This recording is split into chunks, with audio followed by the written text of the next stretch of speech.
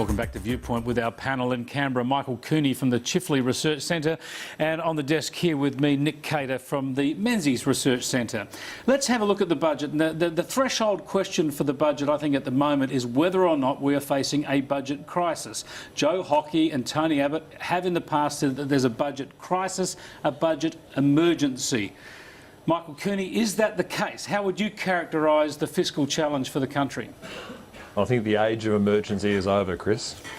The Treasurer really let the cat out of the bag over in New Zealand in the last few days, and hang on. He was talking about the economy. He was talking about the economy, the strength of the Australian economy. No one's ever argued the economy is in a mess, but he has argued, and he's used the word crisis and emergency in the past about the budget. How would you describe the state of the budget? Oh, the budget was left strong, there's no doubt. Low debt, and the public credit rating reflects that. The interesting challenge for the Treasurer is that he's, at the same time, you're right to say that the government has tried to narrow the question to one of purely fiscal matters and purely relatively short-term budget questions.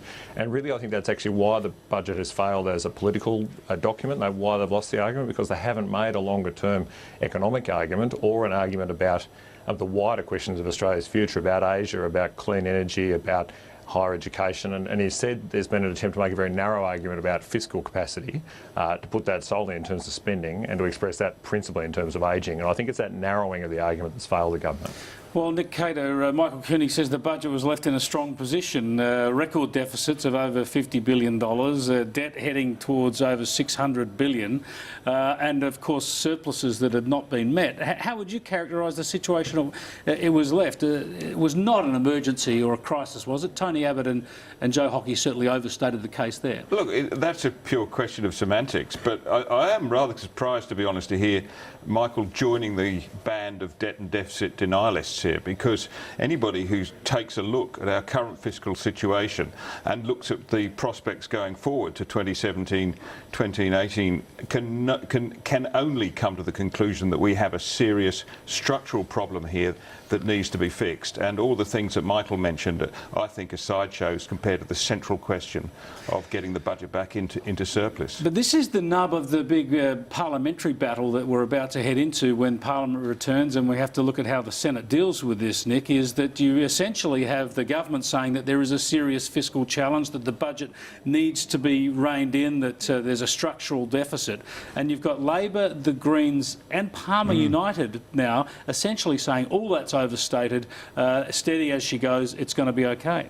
Yeah, I think there was an assumption on the part of the government, a wrong assumption as it proved to be, that the Palmer United Party would be a party that had some idea of the importance of fiscal discipline. Now, I suspect that Clive Palmer does, but in his tactics and in the way he's behaving and the measures he's blocking, he plainly doesn't really bother about it. It's not really something that's an issue for him.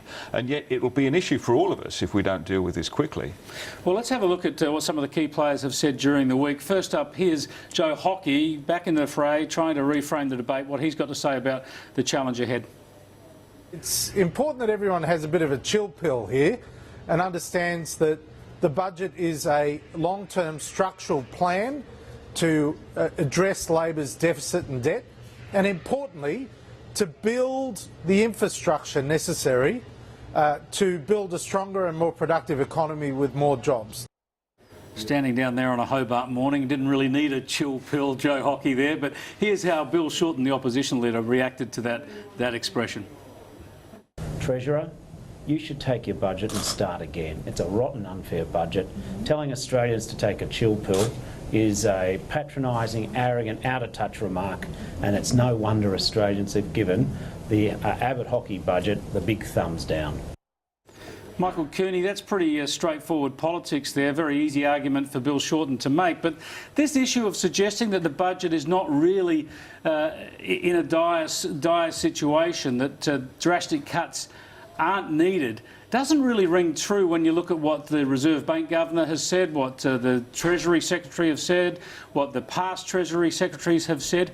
And also, of course, when you look at Labor's own record over the last few years, when Wayne Swan made it very, very clear that he wanted the budget to get into surplus, that in the current economic settings we should be in surplus. In fact, he famously, of course, announced 4 surpluses in a row. Well, there's two questions. One is how severe or any given problem is for the budget. There's a different question about what the long-term plan is and what savings you make. And so you've got to draw a distinction there. Exactly, The question, exactly. The, Now, the question the doesn't Treasurer has Bill failed to Shorten answer need is to... why his cuts make sense. Yeah, exactly. But doesn't Bill Shorten equally need to start off by saying that there is a problem here, expenditure needs to be cut, and at least offer some himself, rather than just opposing everything, denying there is a problem in effect? Well, that's why they haven't opposed everything, Chris. They've proposed a number of measures, some of which the government's declined to take up, for instance, on revenue adequacy, on international tax. That's why the opposition's supported some of the savings that have gone through the Senate already. But the opposition's job isn't to support unfair cuts, and it's not to support dumb cuts. It's to support plans that are good for Australia. And Nick Cater, of course, one thing the opposition did support was the most blatant broken promise in the budget, that is the debt levy or the increase in tax. Here's a broken promise from Tony Abbott. The opposition have backed him in. That's only... They do, look, and I think, Michael, Labor's going to have some problems here unless they work out what their lines are ahead of the next election. It's one thing the government has got the problems now. The government's got to get its budget through the Senate. But don't worry about our line discipline, Nick. We're going fine. I'd have a think about this, Michael. I'd have a very serious think about it, because it's one thing to take the cheap shots at the moment and accuse the Abbott government of being tough and unfair and cutting too hard and all these things that you're doing. But you know very well that come the next election, Labor is going to have to address this question from the cuts it will make, and it will have to make it, because if Bill Shorten was to be elected next time, by 2017, 2018, he would have a bigger budget deficit as a proportion of GDP than we have ever had in this country. That's higher than the Great Depression. So Labor at some point has to deal with this, and I think the longer they leave it, the harder it's going to be for them to make a convincing case that they are fit to manage this. Well, let's look at it. You're right to say that when we come into, like, if Labor were to be elected at the next election, it'll face the same challenge that the Liberal Party would face were it elected, and that is to have a plan for growth. And that's the missing ingredient from the government's description of the fiscal question and from yours. Michael Cooney, you don't concede then that there is an expenditure problem, that there is a spending problem in the budget? Well, there's always spending choices to be made, and certainly the government's got some spending problems, and that's why you've seen the uncertainty even today on their single biggest promise. You said, Chris, that the most blatant broken promise was on was the one you mentioned. The debt levy, it feels like there might be a bigger one coming, doesn't it, on PPL? So there's plenty of spending decisions to be made in every budget. I want to come to PPL in just a moment, but just first up, can we squeeze in another discrete measure, and that is the axing of the mining tax? Michael Cooney, it only raised $600,000 in the June quarter, so it's looking at only raising a couple of $1 million over a year. This is a tax that's got $17 billion of spending hypothecated against it. Shouldn't Labor just roll over, admit they got that wrong and get rid of it? Well, Labor had to negotiate, and I suppose it's in its own way that what happened to the mineral resources rent tax is an interesting kind of case study of the politics of the last 5 years. And it's an interesting question about how interest groups conduct themselves, how independent commentators conduct themselves, how oppositions conduct themselves, and how governments react to all of that. But it is a dog of a tax, it's not raising money. There are much wider lessons to learn. Sure, but it's not raising money, and there's a lot of spending attached to it, so shouldn't it go? Along with those spending commitments. Well, I can't work out whether we're supposed to get rid of it because it's destroying the economy, or we're supposed to get rid of it because it hasn't raised any money.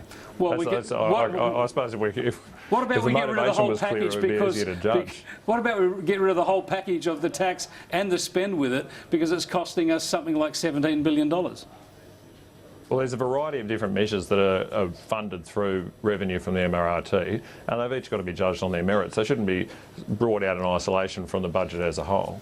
All right, Nick Cater, on your side of the fence, the Coalition's great paradox is the paid parental leave scheme.